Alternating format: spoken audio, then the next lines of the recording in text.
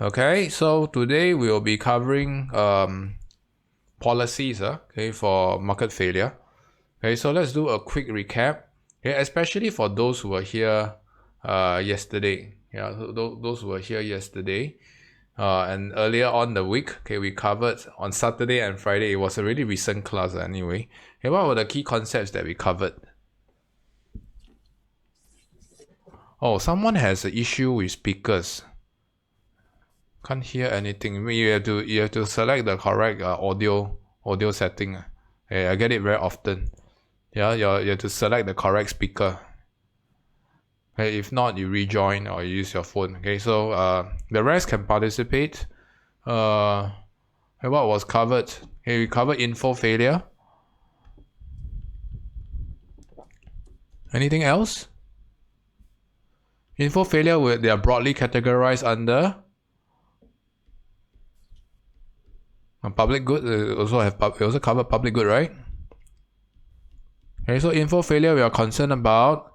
Okay, under estimation of true cost and true benefit.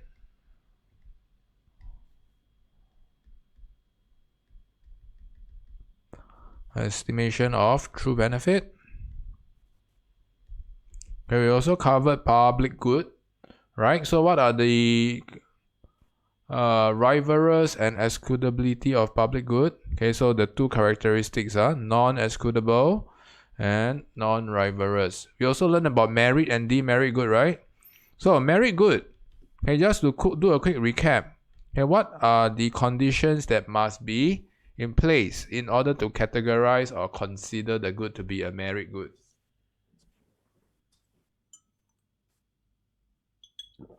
There are two particular conditions that must be there.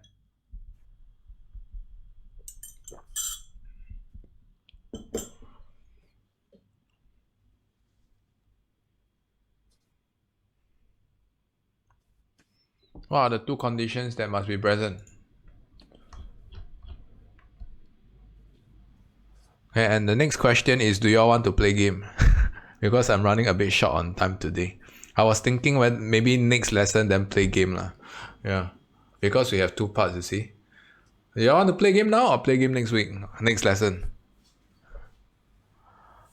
Or doesn't matter? If I don't hear from you, then I opine not to play. Holiday, I also want to rest early. Anything else that was covered? What are the two Raphael, good. Okay, so yes, Cumming brought up the definition, but it's not the condition. Okay, there are two particular conditions that must be fulfilled. Okay, the first one is positive externalities of consumption. The second one would be underestimation of true benefits. These two must be present. Okay, so likewise for demerit good, negative externalities of consumption and underestimation of actual or true costs. Right? So we also covered factor immobility. Remember? Okay, so what are the two concepts of factor immobility that was covered? What are the two kinds of immobility?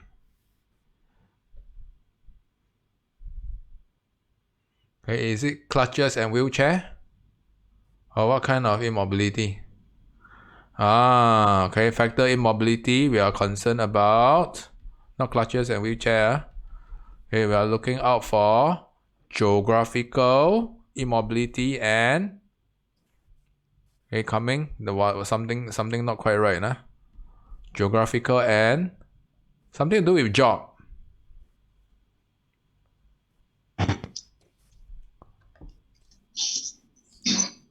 Okay, occupational immobility. Alright, occupational immobility means that because of specific skill requirements, the factor of production cannot be allocated into another labor market that requires a skill set, and this results in allocative inefficiency in the labor market. It's a job skill mismatch. Geographical immobility, we are just particularly concerned about what? About general barriers that are not job related. Okay, unwillingness to relocate. For those who are here yesterday, I brought up the example of what? Of COVID, right? Would you want to relocate to China now? Or Shanghai now? Okay, and go through a 21 days quarantine? Even though there's a very pretty good job down there, okay, you realize that you don't want to be there, right? And likewise for Hong Kong, it's the same, right? Do you want to go through? Do you realize that there are a lot of people that are relocating out from Hong Kong? Okay, they don't want to stay in Hong Kong. A lot of bankers, a lot of professionals. All right, so factor immobility is primarily predominantly seen in labor market. But we have to know factor does not equate to labor. Okay, factor can be what? Any of your factor of production. Okay, labor is just one aspect. We have capital, we have entrepreneurship, okay, a lot more FOPs that we want to consider. Okay, so geographical and occupational immobility. So far from all the participants, I only see one of you brought up occupational immobility. So this is a big red flag. Okay, please address that. Okay, especially for my second year students. First year students, like I've told you all, the odds are quite low for such question, for factor immobility. Okay, so focus these four. Okay, public good, merit, demerit, and info failure. So I think we will play the game next week, or rather this coming week, okay, because it was a two-part series. Yeah, today we focus on getting the concepts right. Okay, so just like to have a quick show of hands. Who have not learned policies yet? Policies. Okay, if not, you can type it out on the chat. Haven't learned, also type it. If you're shy, then you type it out. So the rest, have you all learned policies already? Will be tested, is it?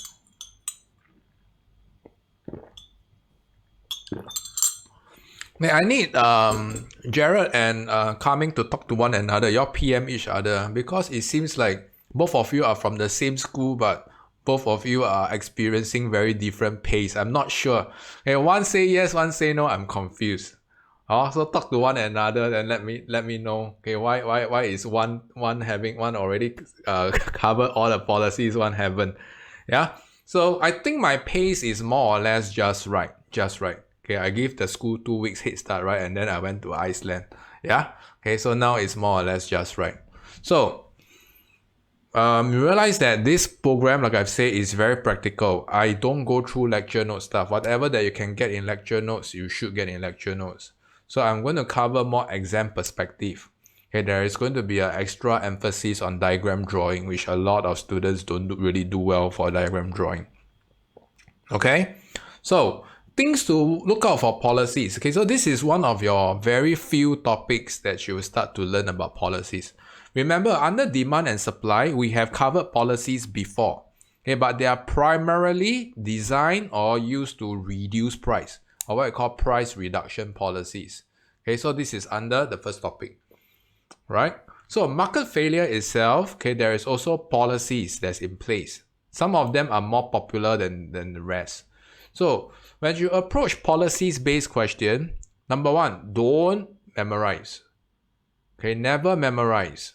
Okay, it's all about apply. For case studies, you need to find policies from the extract. For essays, you need to find policies from the preamble.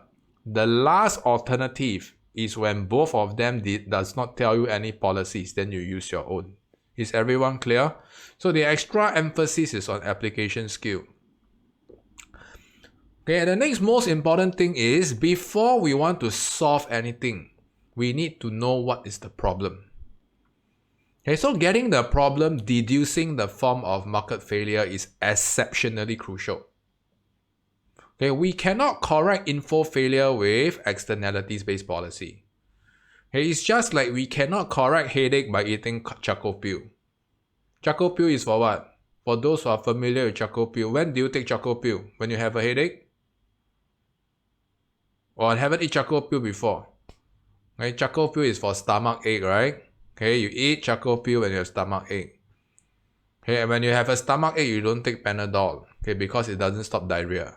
Same logic applies. So remember this carefully. I want to make a mental note here. Whatever problem that you want to solve, before you're proposing the policy, deduce the exact problem first. It has to be exceptionally specific. Okay, and I'm going to show you a set of notes Okay, how do you utilize the book? Okay, but use but don't abuse. Okay? So with this, okay, this is the learning objective for today. It's all about problem solving. Okay, I'm going to illustrate which are the ones that are going to be important, which are the ones that are not so important. Generally, the ones that are brought up here today are quite important. Quite important. Okay, they are all designed to correct externalities and info failure. Okay, so policies to correct public good and all these, I'll probably leave it for the next week. Okay, they are not that much of the focus. Okay, so today's focus will be correcting positive externalities and negative externalities as well as info failure. Alright, they seem to be a lot. Okay, but don't be too concerned. I'm going to point out which are the ones that you often see and which are the ones, okay, that you can probably bury it. Okay? So, I do know that some of you texted me privately that policies will be tested, right? Yeah, in your upcoming block test or whatever test. So, when I cover those, pay attention to that. Alright, so with this, okay, let's move on to subsidies. I will recommend you to copy whenever I mention the copy. Okay, this is for your good. Okay, for you to learn better. Okay, so for subsidies, okay, I have two diagrams. Okay, so you may want to draw them side by side. Okay, and let's look at page 48 together, ladies and gentlemen. Okay, so under page 48, I have gems and pliers for all of you. Okay, so I'm going to cover gems first. After that, I'm going to cover plier. Alright, so some of the, especially for the education-based policies here, hey, they can be used to address info failure. Okay, they should be used to address info failure. Okay, so I want you all to focus on the alphabet E. E is to address info failure. The rest are pretty much designed to address externalities. Clear? Okay, so the first one that we'll be looking at will be subsidy. Okay, or the left-hand side of the entire column. Okay, when do we propose a subsidy? Okay, so you realize that we covered tax and subsidy in lesson 6. Yes? So we use a demand and supply approach for tax and subsidy. Okay, our concern is the tax burdens or the subsidy incidents. So before we move into tax and subsidy, we need to drop demand and supply. We are no longer talking about demand and supply any further. So the moment you start to draw demand and supply, okay, you realize that you're not answering the question. Okay, we need to use MPB and MPC approach. Alright, so subsidy is mainly used for consumption-based externalities. So I'm just going to show you the first diagram. Okay, so this is where a rational consumer will consume education up to. Consume healthcare up to. Is everyone following me so far? This is pretty standard, right? What we have done so far. Okay, and in the presence of an externality, then we have your socially optimal level, and we have deadweight loss here. Okay, I'm not going to illustrate this any further because we have spent the last 2 lessons on this already. So by now, okay, you should be able to quickly, okay, deduce, draw, okay, and illustrate the deadweight loss. So I'm going to go through the more popular approach for subsidy. Okay, this one is 100% covered in all the schools. Okay, later on, I will share an alternate approach. That one is 50-50. Okay, so you need to check your school notes. Okay, for the second one. The first one, okay, will be a subsidy. Okay, the subsidy is an indirect one. Indirect subsidy. Please copy this down. Okay, so we can see that when an indirect subsidy, oh, I'm so sorry, I addressed this wrongly. See that? MSB. Okay, so we can see that when there's an indirect subsidy, okay, indirect subsidy affects what? Okay, your cost curve, your cost curve.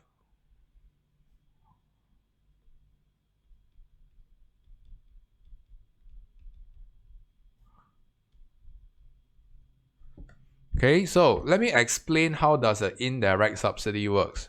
So first of all, okay, for every subsidy or tax-based question, there is a specific set of rules to follow. Okay, so no matter is it subsidy or tax, okay, the assumption is the subsidy that is granted is equivalent to the level of marginal external benefit. Please pen this down. This is a very key assumption.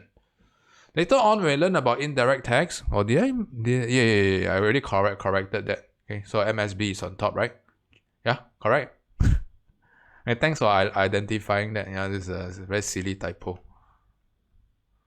Okay, so if there are any things that you realize that is quite off in the diagram, let me know. Okay, because today, okay, I had an earlier class earlier on. Or a bit tired. That's why I'm having coffee now. But I shouldn't be caught napping lah. No excuse for that. So, okay, you have to first of all assume that the subsidy is equivalent to the level of marginal external benefit. Okay, and the subsidy, because it's an indirect subsidy, okay, is granted to producers. Okay, so the producers will experience a lower cost of production. So this is the second key phrase that you want to bring in. It lowers the production cost of producing. Is it education or healthcare that we used earlier on? Okay, let's use education or healthcare. One of them. It lowers the cost of production of producing an education. Okay, and with a lower cost of production, you realize that this will cause your MPC curve to shift to the right.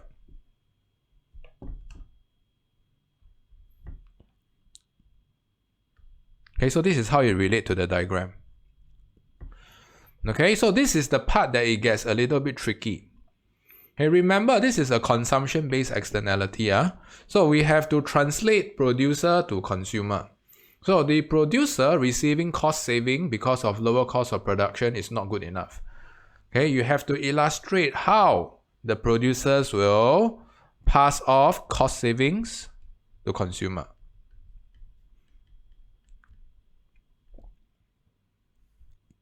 Okay, and when they pass off cost savings to consumer, okay, consumers will internalize the external benefit.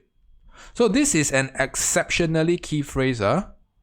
Externalities, okay, are meant to be internalized, especially when you use a market-oriented policy such as tax or subsidy.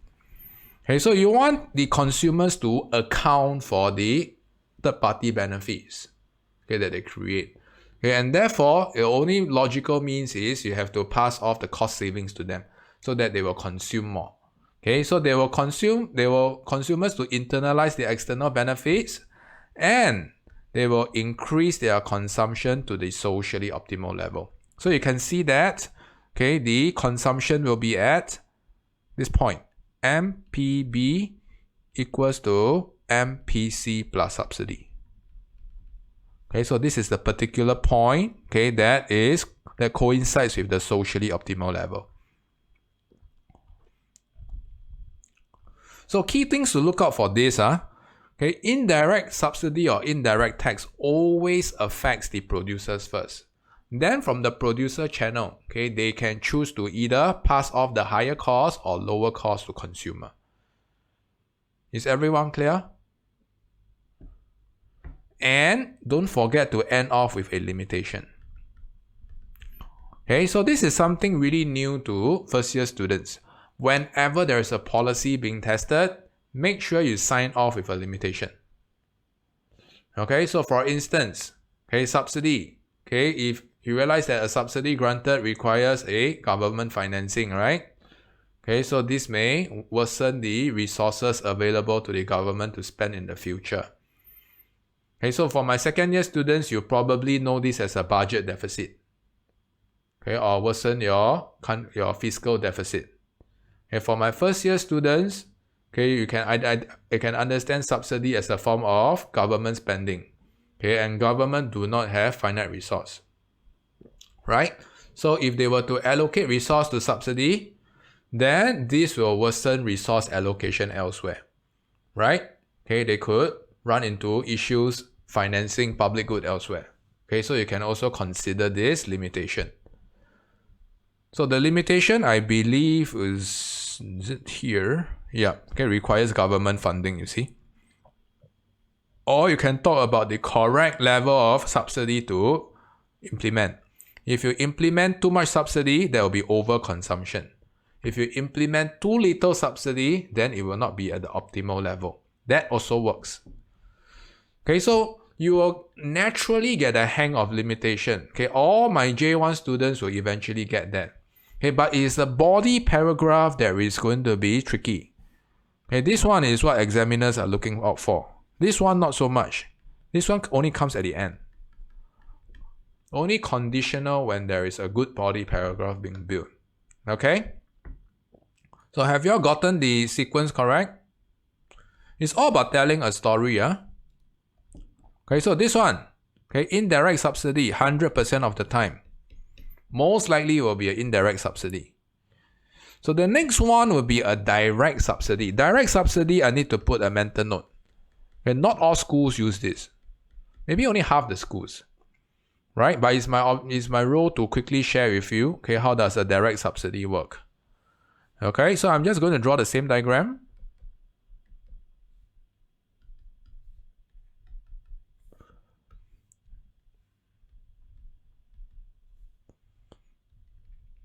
Okay, it's exactly the same as the one on the left. Okay, but the direct subsidy works a little bit differently. So for those whose schools use this, good. For those whose schools use this, take it with a pinch of salt. Don't use this diagram in school. Yeah? So a direct subsidy works a little bit differently. Remember, indirect subsidy affects producers. Direct subsidy affects household. Okay, household will have higher income, okay, to spend on the good. Okay, so you can see this as a direct grant, okay, to the household. So it will affect the demand curve or the MPB curve directly. Okay, so a direct subsidy will shift the MPB curve to the right, okay, such that it coincides with the MSB. Okay, MPB plus subsidy. Okay, so like I've said, focus on the one on the left. Only when your school uses the right, then there are chances that it can occur in your case study. So I'm going to highlight the similarity between both of them. Okay, so number one, you can illustrate that the direct subsidy is equivalent to the marginal external benefit. Okay, these two are the same. Okay, and we can see that as a result of a direct subsidy, okay, this will lower the cost of consuming the good, not production, cost of consuming the good, and therefore this will lead to a rightward shift in your MPB. So this is where it starts to differ already. Okay, when it starts to differ, I will probably use a red arrow to show.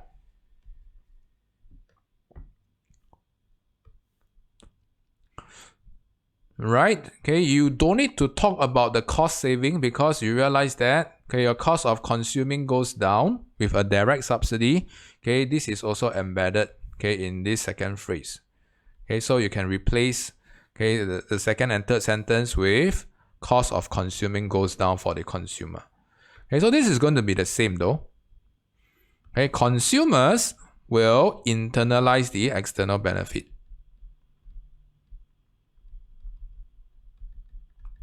So remember, the keyword is internalize. Okay, internalize means you hold the consumers responsible for the third-party benefits that they exhibit. You want them to be responsible for that. And this will drive up your consumption to the socially optimal level at QS. Okay, you realize that when there is direct subsidy, okay, you will be consuming here. MPB plus subsidy, okay, equals to MPC. Okay, it's just nice at the socially optimal level here. Okay, and one more thing that you probably want to insert, okay, when you're at the socially optimal level, it simply means that there is no more deadweight loss. Deadweight loss will be rectified or eliminated. Okay, this is a good phrase to illustrate. Okay, and you can insert your limitation. Okay, so these two steps are the same. So essentially, the only key difference, okay, is the part about cost of production and cost of consumption. Okay, cost of production will be passed off to consumer on the left side. Cost of consumption has nothing to do with producers. Producers are kept out of the loop. Okay? If all things fail, if you forget everything, focus on the left. Okay, this one is important. Clear?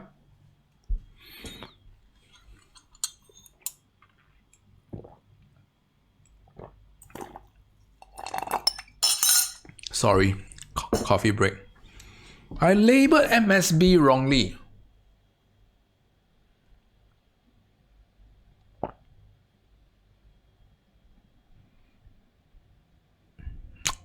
Is there something wrong with that?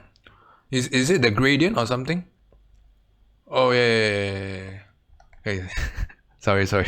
Saw the wrong message. Yeah. Correct, MSB is correct. Alright, okay, I'm going to move on. Okay, page 48. You can see that there is government regulations. Okay, government regulations. So you have to know what are some of the government regulations.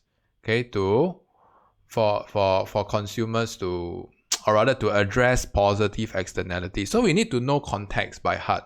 So this one, there is no particular diagrams to draw, but you need to be concerned about, okay, which context is used here.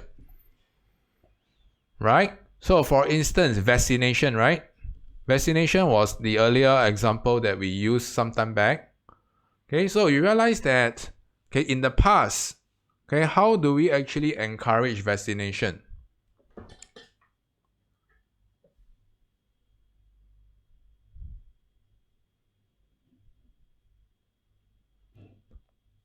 How do we actually encourage consumption of vaccination through government regulation? Okay, so there could be vaccinations in school. I don't think it's compulsory though. It's not compulsory, right? Vaccination drives. I just want to confirm, vaccinations is not compulsory, right? Okay, it is highly encouraged, okay, but it is not compulsory. Okay, what other forms of what other forms of government regulations are there? Okay, so we need to look out for particular examples. Okay, and maybe vaccinations is not so straightforward. Education is actually there's one particular example that's always used in education. Okay, you can look out for this concept called Compulsory Education Act. Maybe vaccinations not so much. Okay, I'm going to explain what is the meaning of government regulation. Okay, you can Google this, Compulsory Education Act. Compulsory Education Act is a law. It simply means that, okay, unless you opt out from the primary education, you can choose to opt out. If not, it is against the law. Right? So parents can be fined for not sending kids to school to enjoy primary education. So the whole idea behind regulation, okay, is that you want to emphasize on fines, penalties. So there must be a law element here, legal element. Okay, so you realize that it's a bit different from subsidies, right? Subsidies is a form of cost savings that is passed off through the market mechanism. Okay, but when you look at regulation, they are very straight. Okay, it's either you conform or, okay, what is the penalty that you'll get if you don't conform? Okay, so vaccination probably not so much because vaccination is not mandatory. Yes, not mandatory, or yeah, you can opt out from that.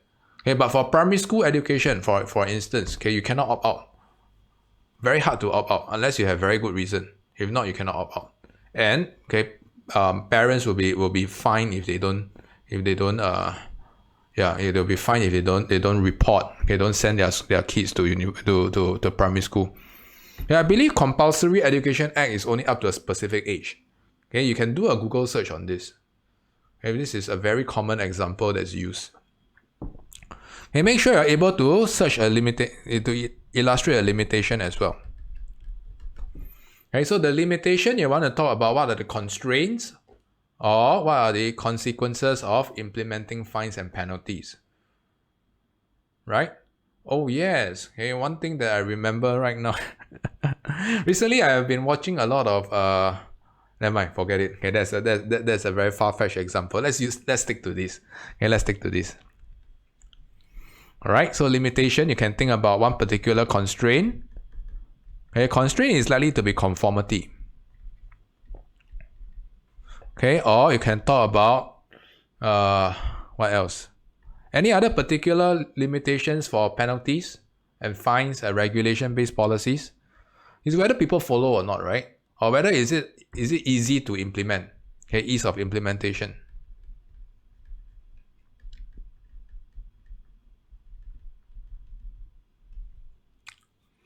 So I just want you all to focus on the R word. Okay, whenever R word is used, this is a carrot and a stick. Okay, you have to pick the right side. Okay, if you pick the wrong side, you'll be penalized. So you have to emphasize on the penalty. Okay, I don't think parents will be jailed in this case. It's likely to be a fine. So far, so good. I don't have any good concrete examples for healthcare. Is there anyone in the healthcare that you guys are aware of? I think the jab, right? Primary school, there's a jab. What's that jab? Compulsory jab, is it BCG or something? Still have? Okay, check the school notes. Okay, okay, but this one is very important. Okay, so this is to encourage the consumption of goods that exhibit positive externalities. Okay, you want to make it mandatory to consume education. Okay, so page 48, okay, you also mentioned direct provision. Okay, this is one of the least likely tested. Okay, so I just want you all to note that when we talk about provision, okay, a lot of students are often mixed up. So there are a few ways to provide. Okay, number one, free. Number two, joint. Number three, direct. Okay, so free provision means the government will fully provide, okay, the good for free. Okay, so this is also known to be a concept known as a full subsidy. Okay, there is a diagram for this, okay, under the subsidy, but I won't be covering that. Okay, I don't think it's necessary. Okay, full subsidy. Okay, such that price of offering the good of education or healthcare is zero. Okay, and you realize that for specific goods, okay, like healthcare and education, okay, they are usually not free. Okay, they are heavily subsidized. Okay, so please get this right. Direct provision does not necessarily means that it has to be free. Okay, consumers, okay, are still likely to pay for the good. They don't pay for the full amount. Okay, so joint and direct provision means what? It means that for direct provision, it means that the government, okay, will produce the good. For instance, healthcare, okay, we can look at government hospitals like SGH, NUH. Okay, they are the direct providers of healthcare services. Right? Joint provision means that, okay, it is a public-private arrangement. So for instance, okay, the COVID vaccinations, they are likely to be a joint provision, likely to be a partnership. Some of the countries, okay, they adopt a partnership model.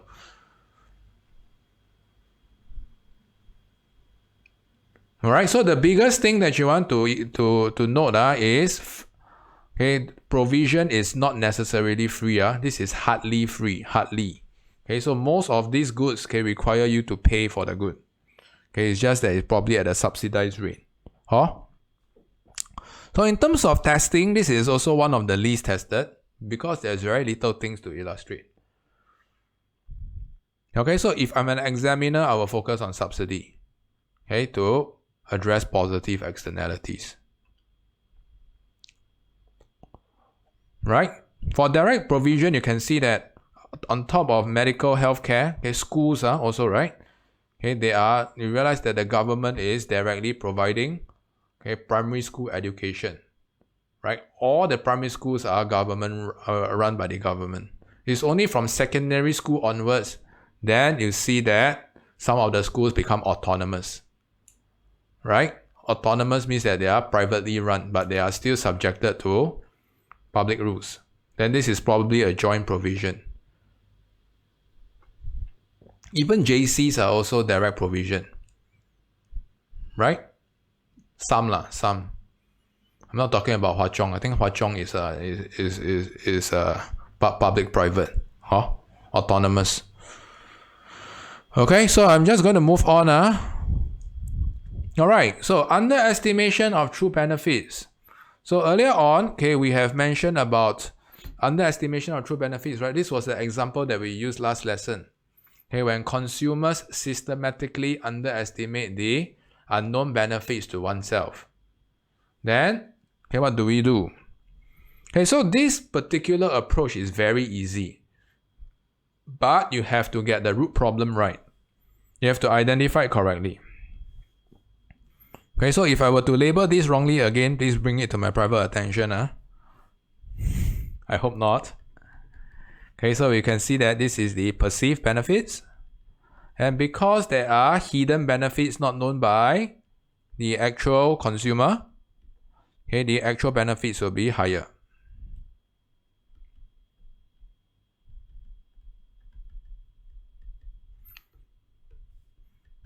Okay, you realize that I'm sprinting because I'm gonna assume that diagrams are going to be more or less, you guys can get it, right? Okay, so this is the inefficient allocation of resource. So, okay, for education-based policies, okay, it is to target the concept of awareness gap. Okay, we know that earlier on, okay, this gap was caused by unawareness. Okay, for instance, education or healthcare. Okay, why are people not jabbing themselves with vaccines? Okay, because they don't know what is the true benefits of vaccines, right? Yes? And that's why you see a lot of government promotion. Okay, you go to gov.sg, you see that there is a lot of video clips to encourage elderlies to get jabbed. I think they start to remove the clips from now on. But in the past, you realize that, right? Okay, they encourage the elderlies to get jabbed. They are explaining what are the benefits to get jabbed. Okay, and they are actually releasing them in different languages. Do you realize that? Okay, especially in dialects. Okay, so if you want to illustrate in a diagram, all you need to is to keep it simple. Once you illustrate the problem, okay, you relate to education-based policies. Education-based policies are primarily campaigns. Okay, and the objective of the campaign is to build awareness. Okay, so for the instance of, let's say, let's not use education, like healthcare, okay, or vaccines. Then in that case, you realize that, okay, it is going to build the awareness of the elderlies to let them know the actual benefits that they can get, okay, when they are jabbed, okay, in different language, okay, in their own dialect. Okay, so you have to have a contextualized example. Okay, and this will result in a rightward shift in your MPB from perceive to actual. So all you need to is just to illustrate by raising awareness. Okay, we can close the gap. Your MPC perceive will become MPB perceive will become MPB actual, or a rightward shift of your MPB curve because of higher awareness.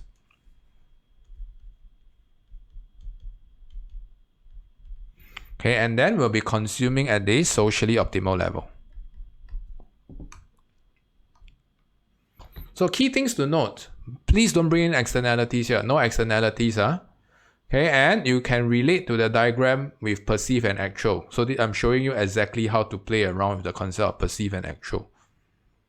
So out of all these steps, this is the most important. Okay, they are testing you on this application skill. This is where a lot of students struggle. They cannot find an example. Yeah, it's through the example or through what is mentioned in a case study, then you can reverse, work backwards. What is the policy tested?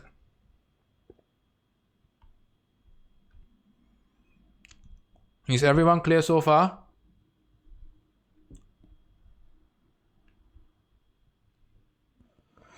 All right, so now I'm going to move on to negative externalities.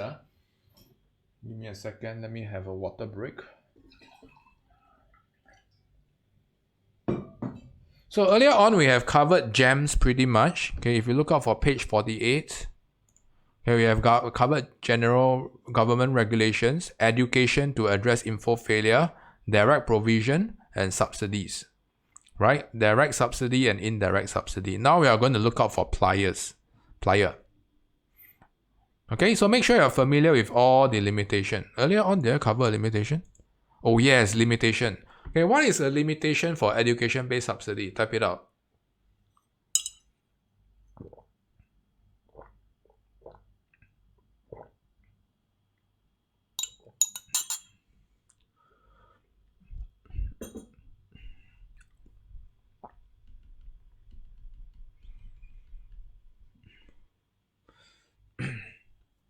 Remember, education-based policies normally play around with this keyword called receptiveness.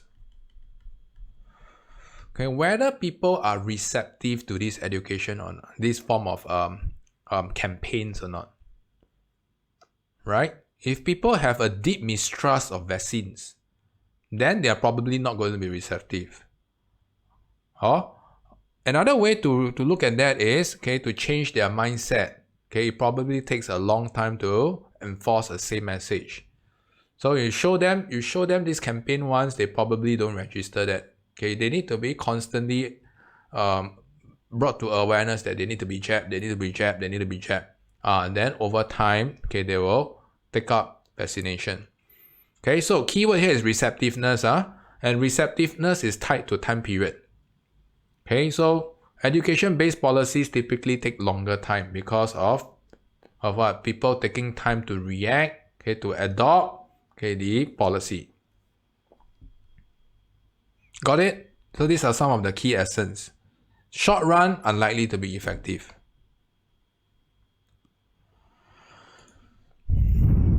Alright, so I'm going to sum up in terms of importance. Subsidy is the most important. Okay, followed by underestimation of true benefits. You need the separate sister diagram of imperfect info. Okay, and followed by government regulation. The last one is direct provision. Direct provision is the least to be focused on. Okay, so I'm going to move on to plier. Plier is primarily used to correct negative externalities. Just that for negative externalities, okay, we need to know production and consumption. I'm going to explain what is the key difference. They're not too different, but like I've said, the way how the extract is going to work out is going to be different. Okay, so you have to know production-based negative externalities will be related to producers. Okay, consumption-based negative externalities are going to be related to consumers. So make sure you use the correct lingo. Okay, so I'm just going to quickly draw the diagram. Okay, so let's say when there is a negative externalities of production. Okay, so what is an example of negative externalities of production?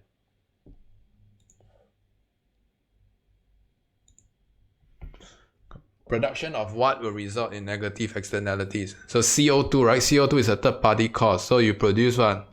Steel. You produce, normally an example is steel, okay, or you produce biofuel. Okay, the second-year students, you probably encountered this extract, right? Okay, produce biofuel, you will lead to deforestation, clear out all the trees. Then what happened? Okay, there will be carbon footprint. So, important to take the perspective of the producers. So, we are going to see this. I'm just going to quickly illustrate the diagram earlier on. Okay, your MSC will be higher because of external costs. So, this is where you label MEC. Yeah. Earlier on for subsidies, okay, it will be good if you want to label the in-between MEB. Okay, it will be good, okay, if you want to illustrate this MEB.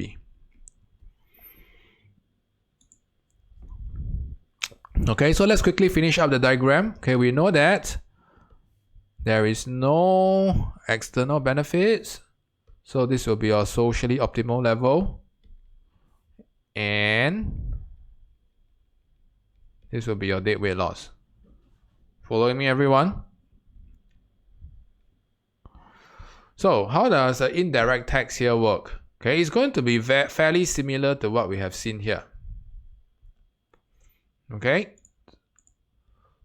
So tax and subsidy, like I've said, they are all market-oriented policies. So there must be something that results in internalization. So now, okay, we can see that, number one, okay, the producers are likely to be taxed. Okay, a carbon tax, okay, a pollution tax or whatever. Okay, so the first thing that you want to illustrate is the tax is going to be equivalent to the marginal external cost. Okay, please pen this down. Tax is equivalent to the marginal external cost. Okay, next, okay, realize that the producers will be the one who bear the tax. So there will be a higher production cost. Okay, and when producers experience a higher production cost, this will cause your MPC curve to shift to the left. So we can see this.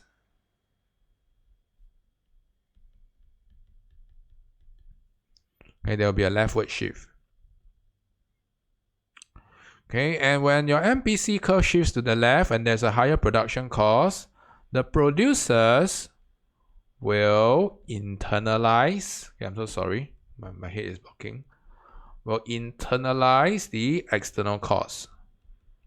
So the whole idea behind internalization is you want the producers to what? Okay, you want the producers to account for the external costs.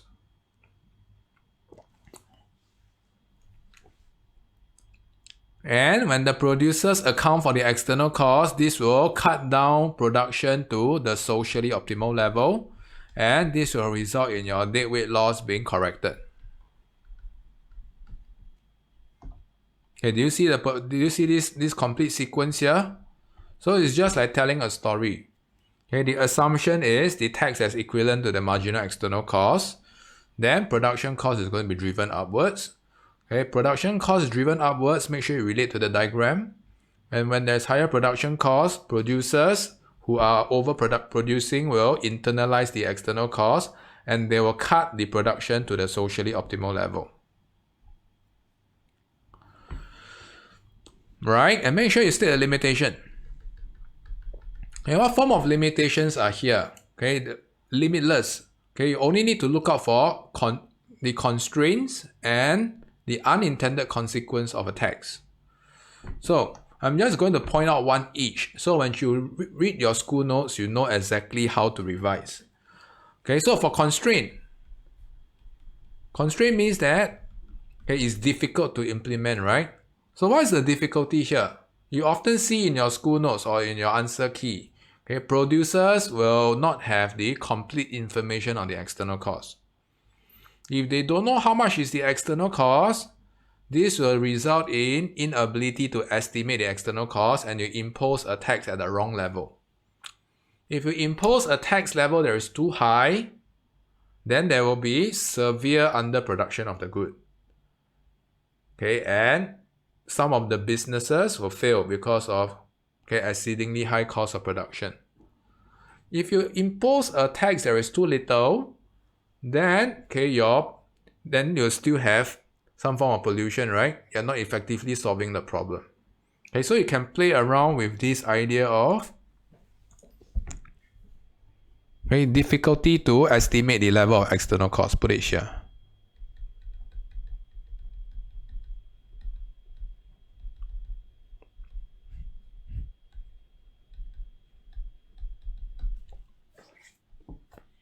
Actually, 1 and 4, they're talking about the same thing, just that 4 is better. Okay, alternatively, you can look out for a unintended consequence. Unintended consequence means what will arise when you impose a tax. You realize that unintended consequence, especially for tax, comes hand in hand. So what is going to be undesirable? What kind of other problems is going to arise when you impose a tax?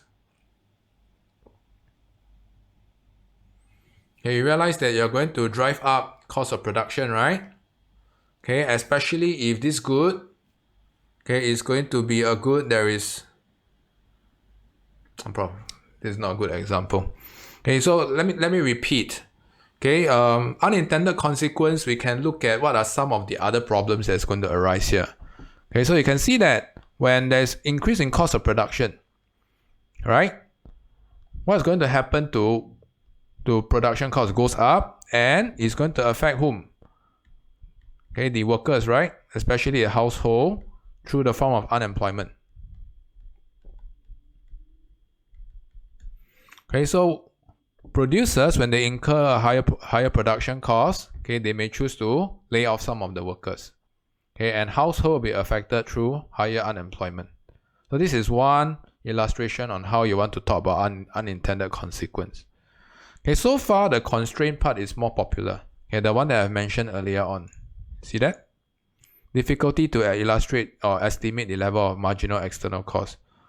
Okay, then you can use the too little or too much approach. Good? People unhappy, dissatisfied. Yes, but you probably want to illustrate it further. Okay, this may lead to economical or social instability. Yeah, dissatisfaction, probably GP lah. Yeah, you want to bring it further, then you can talk about instability. Yeah, I don't recommend that because it can be too vague lah. Yeah. Okay, so this is a production-based externality. There's nothing to do with consumers here. You have to get this right. Okay, later on, we'll be talking about negative externality of consumption. Then the extra cost of production is pushed to consumer. Okay, so producers, or negative externality of production, they are driven around producers only. No need to talk about consumer. Consumer has no business here. Clear? So you realize that the next diagram that I'm going to show you is a indirect tax on consumption. So the diagram will be the same as what you see here. Okay, the diagram will be the same, except for my RI students. If you are watching this, there's a separate illustration to show you, right? Okay, but the diagram will be exactly the same. It is just that there are some tweaking of the illustration. So first of all, we need to get the context right. Okay, what could result in negative externalities of consumption? Type it out. Consumption, not production.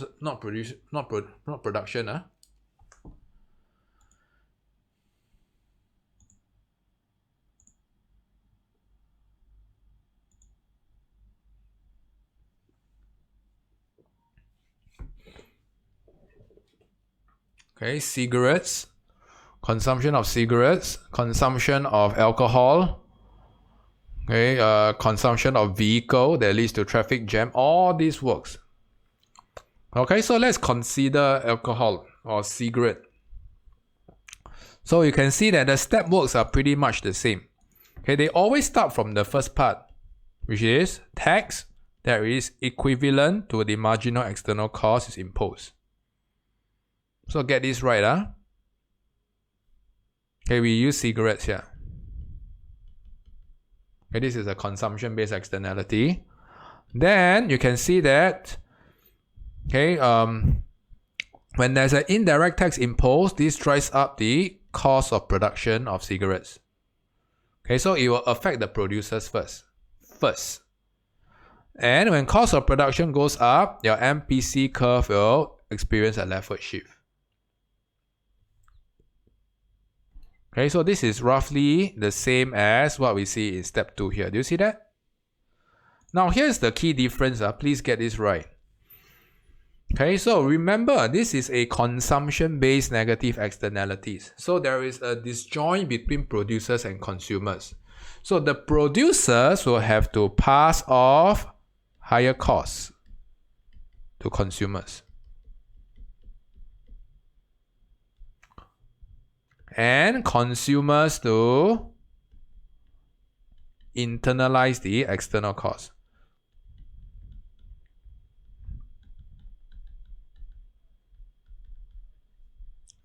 So you realize what's the key difference in the earlier diagram? The earlier diagram or the earlier illustration, producers are the ones that internalize the external costs. But now, okay, you realize that producers will pass off higher costs to consumer. Consumers to internalize the marginal external costs. Then this will lead to a fall in your consumption to the socially optimal level. Deadweight loss will be rectified. Okay, and limitation.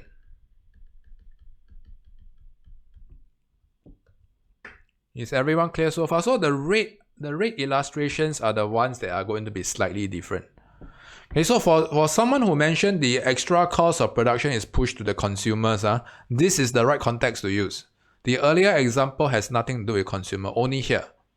Okay, to be more specific, okay, we're looking out for this. Okay? So what are the limitations? The limitations generally obey the rule that we have seen earlier on. Okay, we need to find a unintended consequence or a constraint here. Okay, I recommend all of you to know the constraint because the constraint is pretty much the same. Okay, for instance, okay, the government, okay, will have to make correct estimation of the external cost. If they impose, okay, a cigarette tax too high, okay, then this will lead to, okay, a sharp fall in consumption. Okay, and probably, okay, you realize that a sharp fall in consumption is not necessarily good. It may result in higher deadweight loss. Okay, so I'm going to show you here. Okay, this is just for illustration purpose. Okay, I'm going to draw it all the way here. Okay, MPC plus overtax. Okay, so you can see here. Okay, so this is the level of consumption at the end. Okay, and the level of deadweight loss is the one I've shaded in orange. So that's why I say it's important to make the assumption that, okay, the tax is equivalent to the external cost. Okay, if you impose a tax that is too little, then you cannot solve the problem. Okay, there will still be, okay, overconsumption of cigarettes. Okay, so this is how you want to play around with the constraint part. Clear? Unintended consequence is actually more popular, okay, for negative externalities of consumption. Okay, so in case studies, these are some of the things that you want to look out for. PED is less than 1. Okay, PED is less than 1 is more widely used. Okay, if it's a habitual good. Sorry, it's a constraint. It's a constraint. PED is less than 1 is a constraint. Okay, so it simply means that when you impose a tax, okay, because of the habitual usage of the good, okay, the tax, okay, will not be effective. Because, okay, for every increase in price, the quantity fallen to consume is less than proportionate. So you can relate it to a constraint, okay, of habitual goods. Unless you impose a tax that is exceedingly high, habitual good. If not, okay, if the nature of the good is price demand inelastic, okay, it will not be effective. Okay, the next part that you can consider under a constraint, okay, is what we call inequity. This is very popular, okay, in extracts, especially when you encounter tax and lower income earners. Okay, lower income earners will be more susceptible to tax. Okay, because they have to allocate a higher proportion of their income, okay, to consume the good as a result of a tax. Okay, so look out for these few key terms. Okay, poor diet, okay, junk food, okay, junk fat or junk tax. Okay, and all these are going to affect lower income earners because lower income earners are going to eat more of junk food. Okay, so these are some of the things, and you can illustrate how lower income earners will be affected. Okay, they have to pay a higher proportion of income as tax. Then this will lead to inequity. Okay, I reckon that a lot of things that I covered today are quite advanced. Okay, the catch is don't give up, keep trying. Okay, next week we will try again. The next lesson we'll try again. Okay, and once you acquire enough knowledge in school, when you're exposed more, and then everything here will start to make sense. Huh? Okay, so this one important. The next one is also exceptionally crucial. Band. Band questions are very, very tricky. Okay, you have to know how to draw them very well. Okay, so please join me in drawing. If not, okay, you will be exceptionally lost. What does a band means? Okay, a consumption or production band means that nothing exceeds your origin. Okay, so the catch to drawing good band diagrams is everything must touch the origin. Okay? So this is how I would like to illustrate.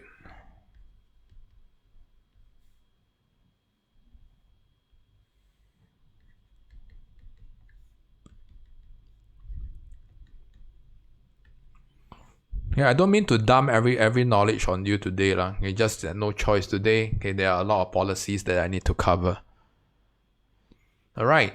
Okay, what is a form of ban that you're familiar with? Okay, to discourage production of a good or discourage consumption of a good. Okay, we know that there's a chewing gum ban in Singapore, right? Okay, so we can infer that, okay, there is external cost of consuming chewing gum. What's the external cost? Social nuisance, right? Yeah, I don't know whether you guys are in the age where chewing gum was actually banned. Okay, during my childhood days, I still get to eat chewing gum. Yeah, if not right now, you can smuggle from Malaysia. You can go to Malaysia and buy it already, right? Okay, sorry to sidetrack. Okay, so a consumption or the production ban depends on what the extract is given. You have to identify the external cost. So key assumption 1, make sure the external cost is exceedingly high. It has to be exceedingly high. I'm going to show you why. Exceedingly high means that the gap between your MSC and your MPC must be absurd, must be really huge. Okay, so join me in drawing. Here.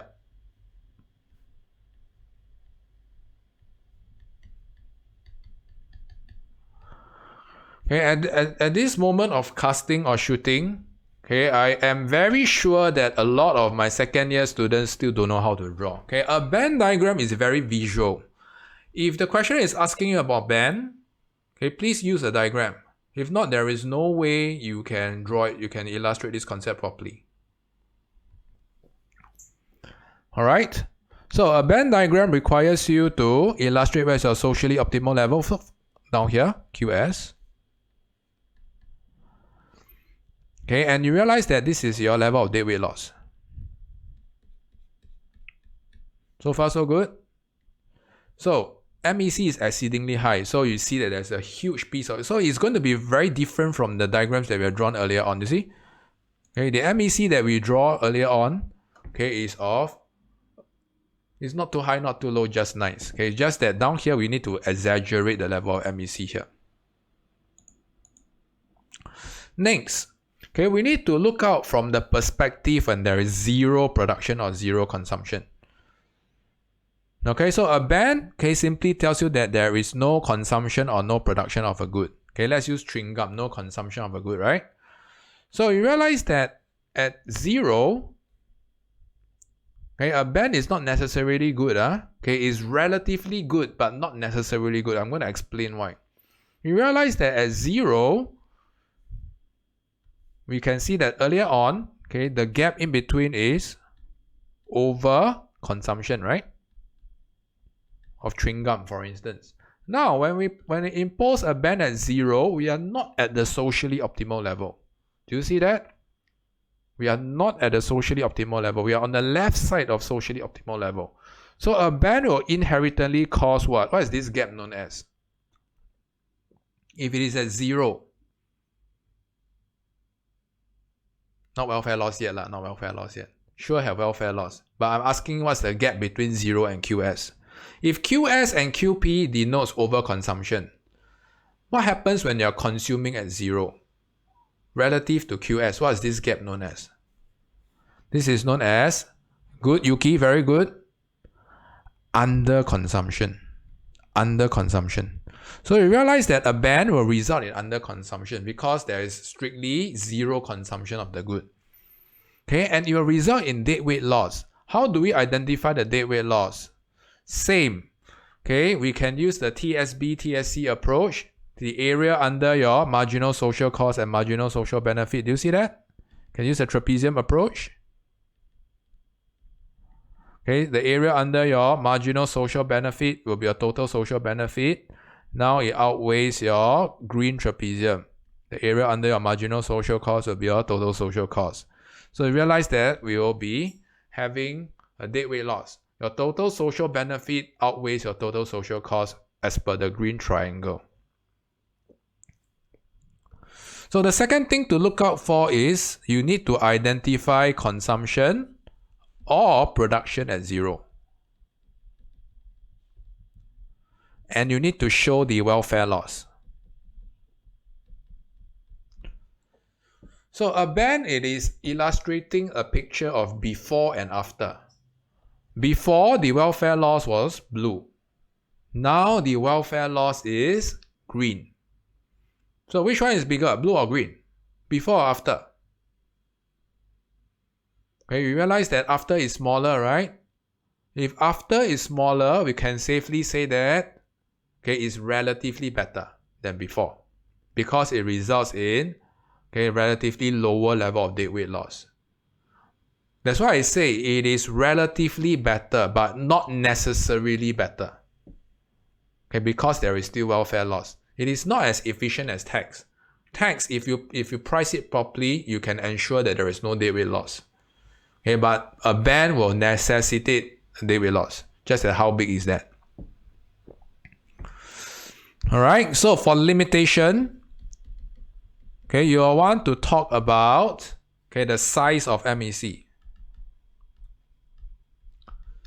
So this is a very key criteria. If your MEC is too low, then you realize that your blue triangle will be smaller than your green triangle. If you don't believe, later on you try drawing yourself. So you need to shift the size. The blue triangle becomes smaller, the green triangle becomes bigger. Then we can see that if we impose a ban, it's not necessarily better off. Because the welfare loss at the end of a ban could be bigger if the external cost is way too low.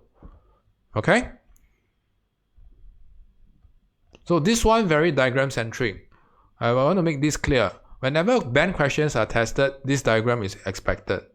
If you don't have diagram, it is automatically equate to zero. It means that you're not good in this concept. You don't know what you're talking about. And you have to show the contrast between the green and the blue triangle. Got it?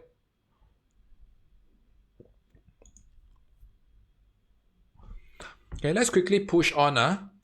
Right, so for regulations, for negative externality of production and consumption, they are highly example centric. So an example of a regulation for negative externalities of consumption would be smoking, alcohol, cigarettes, right? So there's a legal age to smoke. What's the legal age? I think it's 21, right? They raised the legal age to smoke to 21 years old. If you are below 21 years old, and you're caught smoking, then you're in trouble. And if you're a producer, you're caught selling cigarettes to someone that is of a minor age or less than 21, then you will risk a fine or a ban, or fine or penalty or jail terms. So this is what I mean by regulation. Regulation will always emphasize on penalty, fine. Clear? Alcohol is the same. Alcohol, what is the form of alcohol regulation? If you go to a coffee shop, we realize that there will be no sales of alcohol, right? Beyond what time? What's the time limit for no sales of alcohol? Right, I think it's 10:30. But whoever that get this right, I hope you're not drinking. So I think it's 10:30. Check this later when you go for your lunch at the coffee shop. So what happens when you're caught consuming or selling alcohol? okay, beyond 1030, then you may face fine or jail terms or whichever equivalent. So this is how you want to play on regulation. So regulations are very much top-down, right? And you also want to bring in a limitation, right? So it states that, for instance, alcohol sales, okay, you're not supposed to sell or consume alcohol beyond 1030, right? The whole idea is to reduce public nuisance. But what happens if you have alcohol in stock at home? Then that's a different story, right? Okay, you just go riot at home. Make sense? So these are some of the creative limitations that you can use. Okay, that actually talks about constraint or unintended consequence. Okay, but remember to get the whole concept right. Okay, this is about fine and penalty.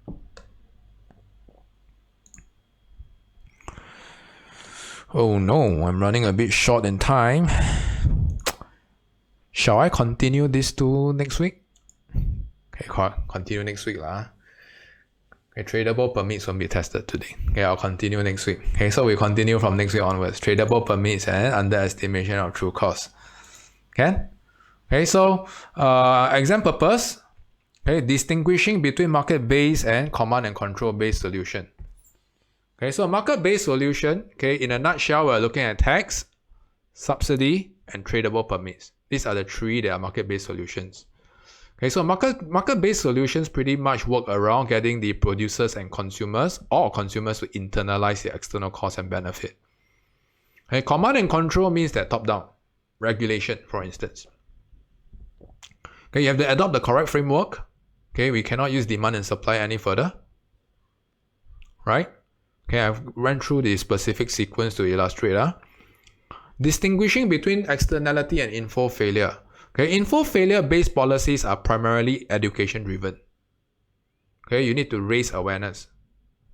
Okay, whereas externalities, okay, I've covered the gem and the plier approach earlier on. Okay, so if you're ever concerned or ever confused, okay, you can allocate the E to info failure. The rest will work very well for externalities. Clear? Alright, okay, so sorry. Too ambitious, wanted to cover more, okay, but unfortunately we won't have bandwidth to cover more. I want to move on to the time practice. Okay, so I'll need all your help, okay, to go for a real quick break, okay, because we have a time practice to do, and that is probably one of your first externality and subsidy based question. Okay, see you guys in a short while.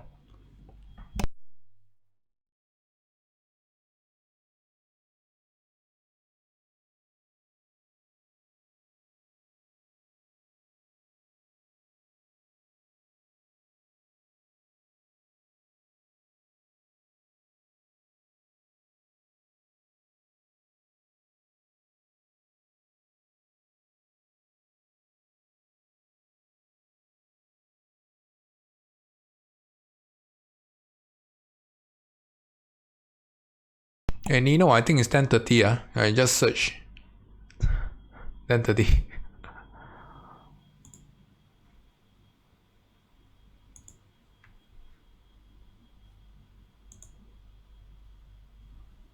Oh, you sent me something. Not sure whether I can open. Let's see.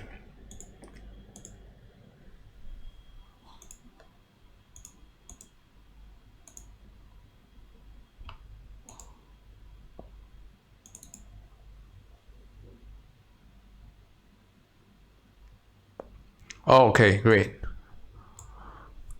Was it your question? Should I follow the one that was drawn in my school or the one that you just taught for Ben? Okay, so you realize that your school and my approach is actually the same. Okay, it is just that our starting point is different. You realize that our starting point is different, Okay, this is a socially efficient band means that okay, your QS is equals to 0. So you are probably starting here. I cannot annotate here okay, but okay, this is your starting point. Your MSB and your MSC will coincide at 0. So it means that this particular good okay, there is the socially optimal level is 0. and it's exceptionally hard to find such a good, okay, that is totally undesirable, right? So most of the goods actually strike a balance, okay, between having a socially optimal level, okay, that is non-zero. Okay, so I would not recommend you to draw this. Okay, so stick to our approach. It's more realistic. Okay. So for calming, I believe your school uses this Venn diagram. Yeah? This is the correct one, right? This one? Yeah, this one must know, huh?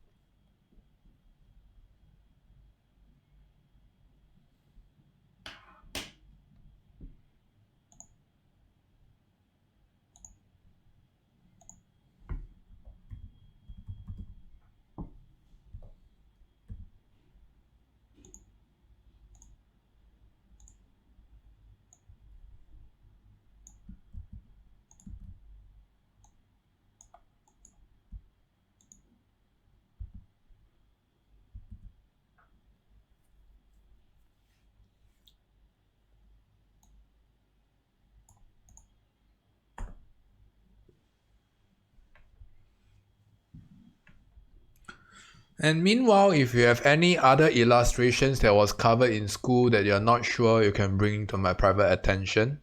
So far, with the exception of Raffles, okay, Raffles have a very different way to illustrate negative externalities of consumption.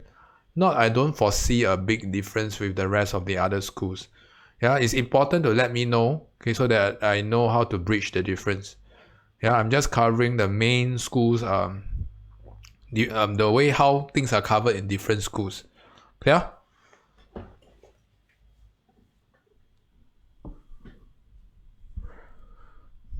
So in terms of importance wise, just now I forgot to rank the importance. For negative externalities, look out for tax, tradable permits, okay, followed by regulation. Ban you see, ban is hardly tested. And ban is hardly tested. But whenever ban comes out, is when I observe when ban questions are tested, it's either the candidate knows or the candidate completely flop. Yeah, it's a binary outcome, 1 or 0. It's either you do well or you totally cannot do. Okay, so familiarize yourself with ban. Yeah, but personally, for my year ones, promos, tax, and regulation for negative externalities. Okay, and tradable permits. These are the 3. Yeah. Okay, so I will cover tradable permits and correcting of underestimation of true cost in the next lesson. I will spill over to the next lesson. Alright, so now I want to kickstart with the time practice. Alright, I'm going to proceed to record the answer key down here right now for this practice question. The earlier record, there was some issues with editing, so I will have to reshoot the answer clip part. Okay, so for the viewers out here, if you are watching this, 2 options for you. The easy option out is I'll be conducting the outline. Okay, so the outline, you'll observe how I'm going to construct this outline and you're going to execute the outline. Okay, and the supposedly writing time is 20 minutes. For students who would like the harder approach or the A-level approach, Right now, what you can do is you can pause the clip, okay, and you can time yourself 20 minutes to do this question. Okay, and then after that, you can review the outline and the answer clip together. So it's getting the order right.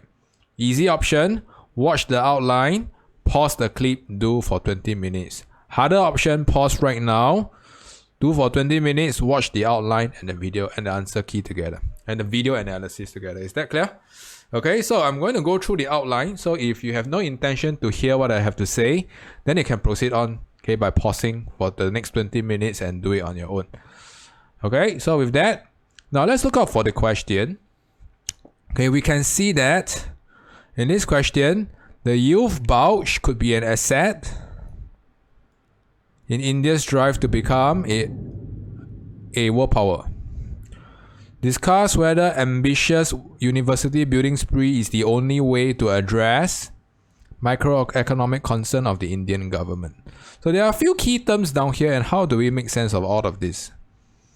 Okay, so the easiest way to kickstart this, okay, is to look out for what is microeconomic concern, right? Okay, so for my first year students, okay, this will primarily be your concern, okay, for promos.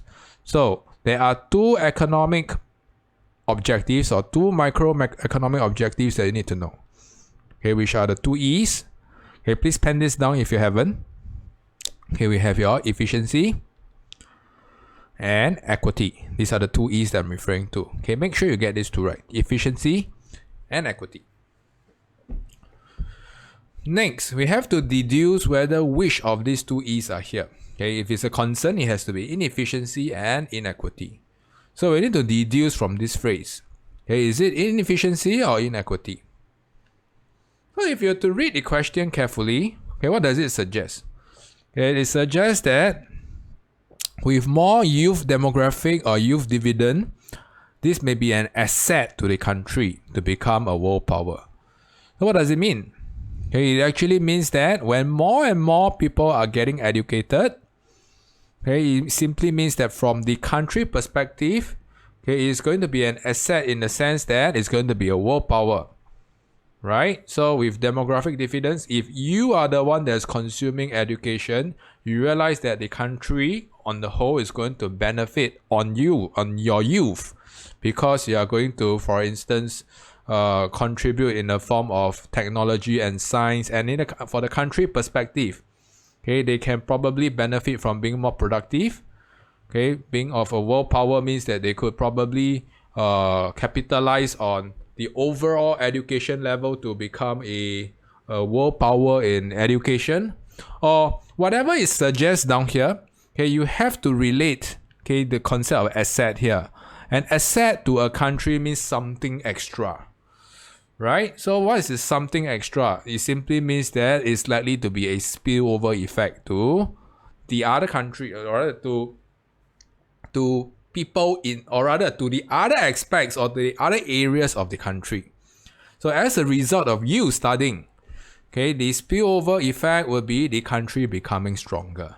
Okay, so this has to be an externality, right? So you have to deduce this as a form of inefficiency, and the form of inefficiency is positive externalities of consumption.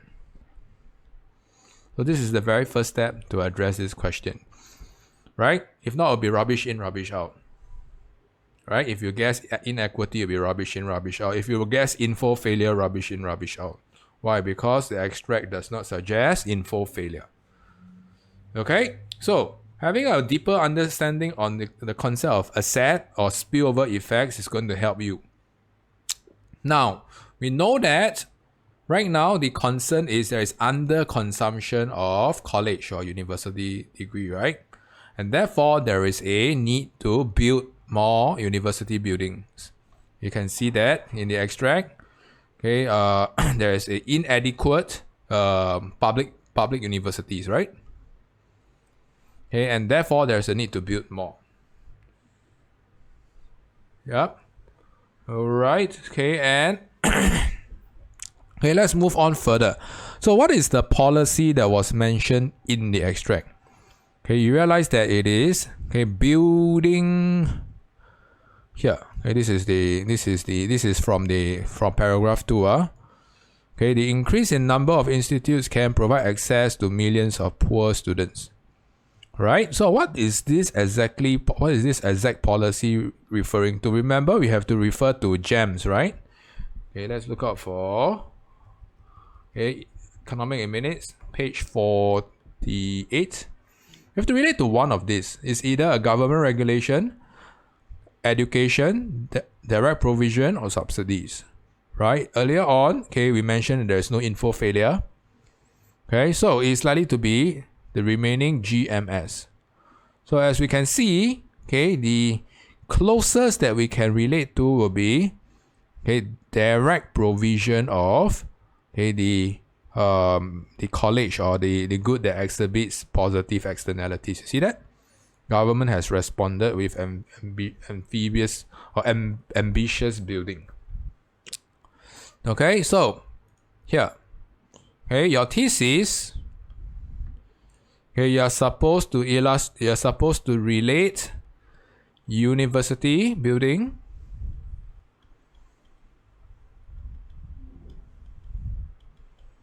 university building spree to direct provision. And you got to elaborate what does direct provision brings. Right? It means that the government or the public sector is going to use taxpayers' money to build universities or your college or higher tertiary education, HTEs. Right? And you can also see that there's also an additional benefit. You see that? It mentioned that it is going to provide access to millions of poor students. So on top of addressing the underconsumption, due to positive externalities, you can see this. So we can see that direct provision not only addresses the underconsumption, but it can also address inequity, especially if the higher tertiary education is provided at low cost or for free. So there's an additional benefit down here. Alright, so the correct concept that you want to look out for is direct provision. Make sure you're able to elaborate what does direct provision mean from the abstract perspective. And you got to illustrate a limitation. Where can we find the limitation? We can actually find the limitation from here.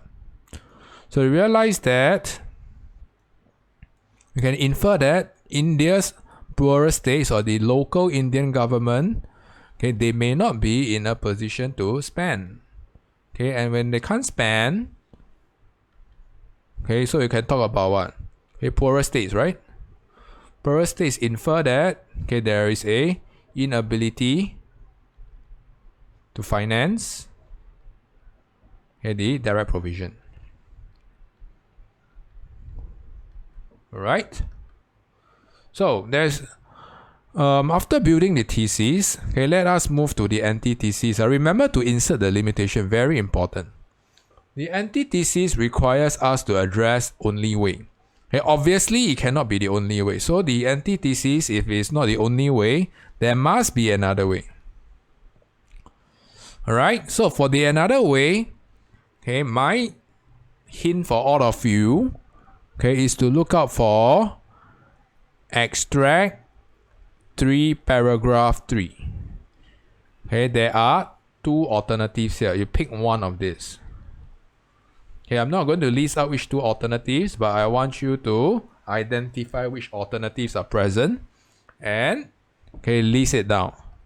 Elaborate on that and limitation. So I'm not going to spoon feed. You can find it from extract 3. You want to illustrate how it works to address the underconsumption, and you're going to illustrate the limitation. Before we synthesize both of them, overall, which one is going to be more important? Clear? So this one, I'm going to leave it for you, to identify from extract 3 and to illustrate how it works. For my stronger students, I will want you to build both points and the synthesis. You want to justify. Okay, overall, okay, which policy is better and why? I'm so sorry, okay, I will reach the end of the screen already. Synthesis here. Synthesis, overall synthesis. Clear? Okay, so for my weaker students or students who are still new, I would like you to focus on this. Okay, developing the main point. Clear? Alright, so I'm going to move on to the answer analysis part. So for students who have watched the outline, you can pause for the next 20 minutes and continue with the answer analysis once you are done with doing your own.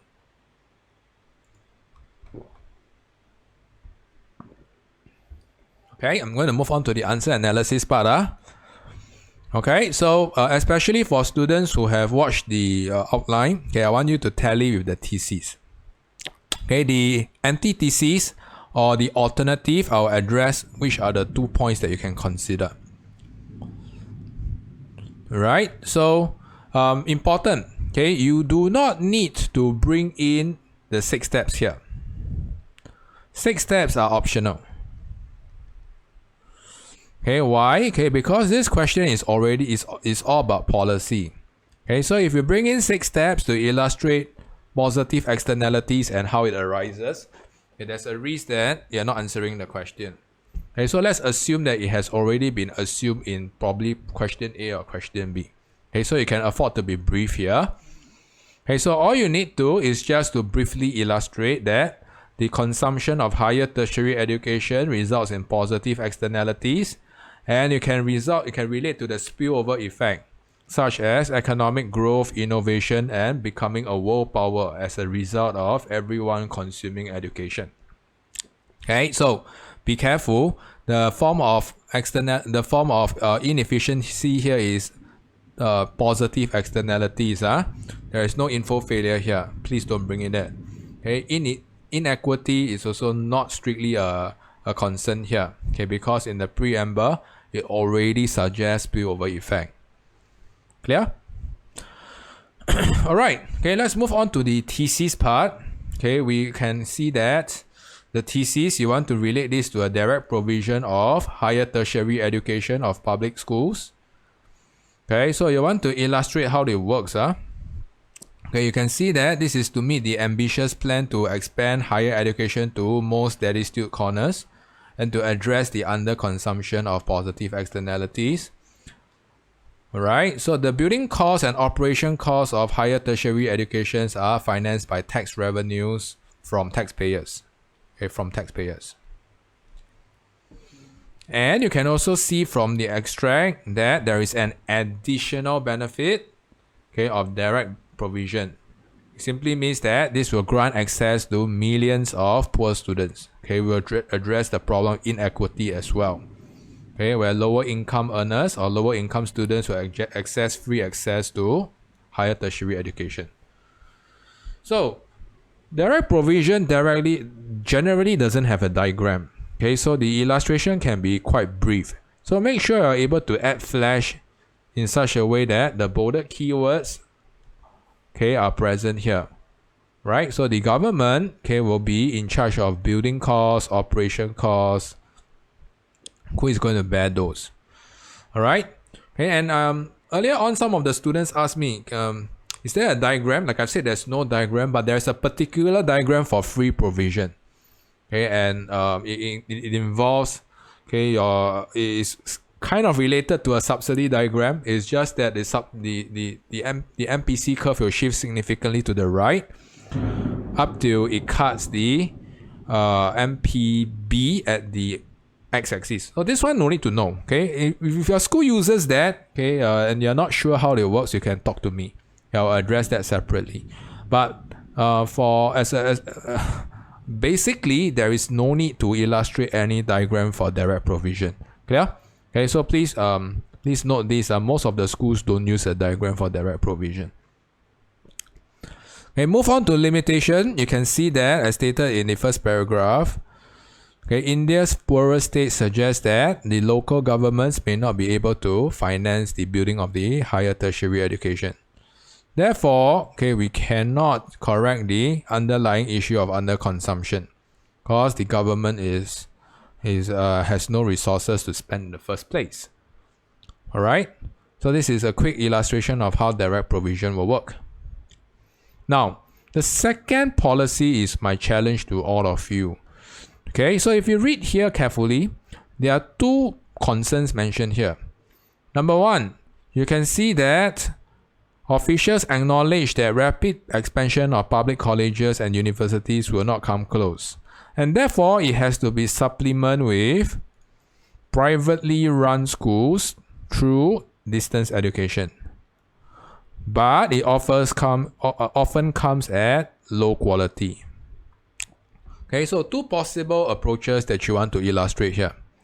Number one, you can talk about distant learning that's offered by private schools. Number two, you can talk about raising quality, okay, of private schools. Okay, either one of these, okay, I think is good, okay, to illustrate the underconsumption.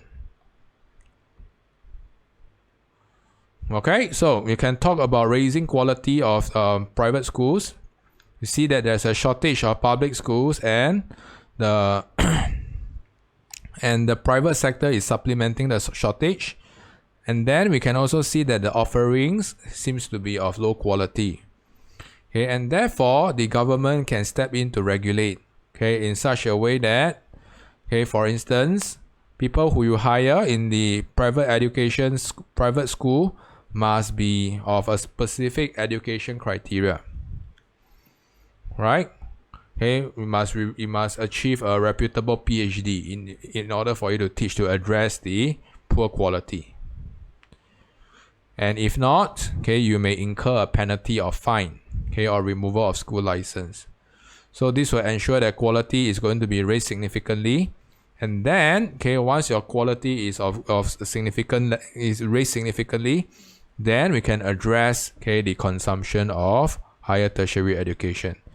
Okay, so like I've said, you can also consider privately run schools to fill the distance education. Okay, you can consider this as thunder. You can also consider this as an alternative. How you want to illustrate this? Okay, you can do it on your own. Okay, and I personally find that this is a little bit hard. Okay, to relate it to through GEM's approach. Okay, if I were to label this, I would probably put this as a maybe joint provision. Maybe. Okay, so public, private. But you see, this is private schools.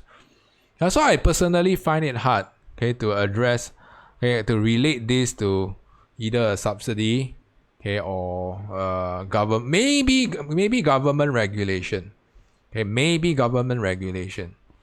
Okay, so the government can mandate privately run schools, okay, to conduct distance education. Okay, mandatory one. Yeah. I find that subsidies is quite hard to feed. Okay, likewise for direct provision also hard. Okay, because it's not provided by the public sector, it's privately run schools. Oh. Okay, so I'm just quickly going to move on. Okay, so you want to address, okay, the under consumption is due to poor quality. Okay, a limitation of, okay, your public limitation of this particular aspect of raising the teaching quality. Okay, we can see that this is a big country. Okay, it's hard to implement, okay, monitor and to ensure compliance to ensuring a higher teaching standard, right? Especially in India. Okay, recently there was a scammer, right? Okay, in SMU, okay, one of the lecturer was fired or something because of, okay, submitting doctored certifications, right?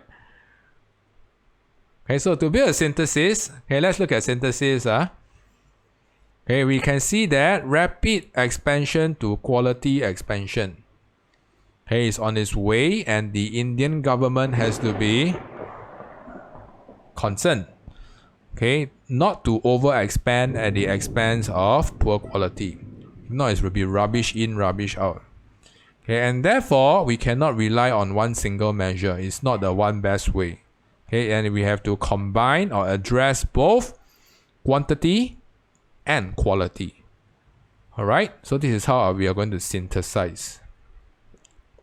Right, some of the markers comments. Okay, do not talk about the 6 steps of how underconsumption arise. Go straight to the policies. Distance learning, okay, as a form of probably government regulation to ensure that there's going to be distance learning provided by private schools is also accepted. Income inequality or inequity as a micro concern will not be granted the full credit because the question already suggested externality. Underestimation of true benefits will not be accepted as well because the extract generally does not support this. Right? Okay, so with this, I'm going to sign off. If you have any other perspective that you'd like to check with me, you can send me a private message. If not, I'll take things offline, and I thank you all for tuning in today. Thank you.